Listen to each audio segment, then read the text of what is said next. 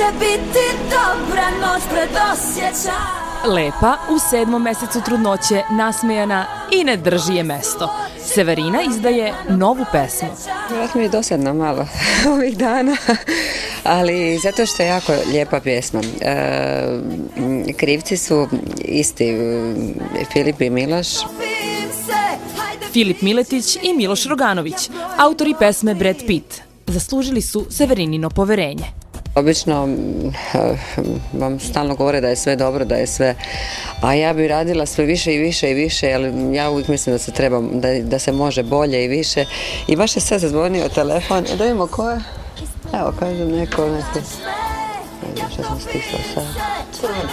Ne, dobra je pismo, nek svira. To je ta nova pjesma. 1, 2.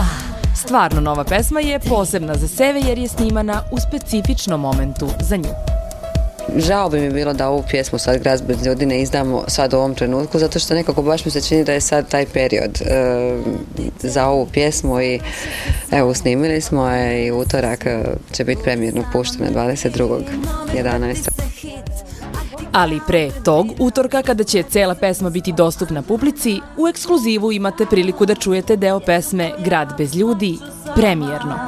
Vidjela sam snijeg u maju, đava u bijelom raju, ali ne i muško koje zna trajati u tvoje, takvi valjda više ne postoje.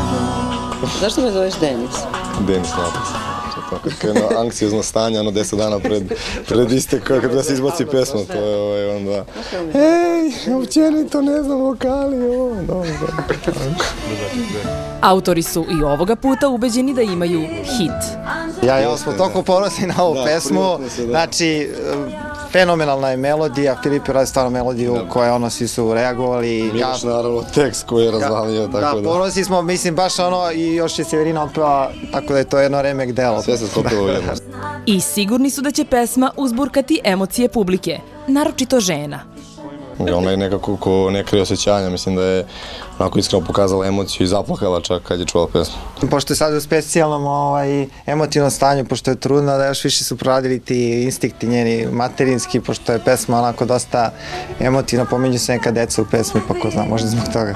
Kažu, dobar pevač ne peva iz grla, nego iz stomaka. Pivanje iz duše, ko svaku. I ovu je otpevala tako.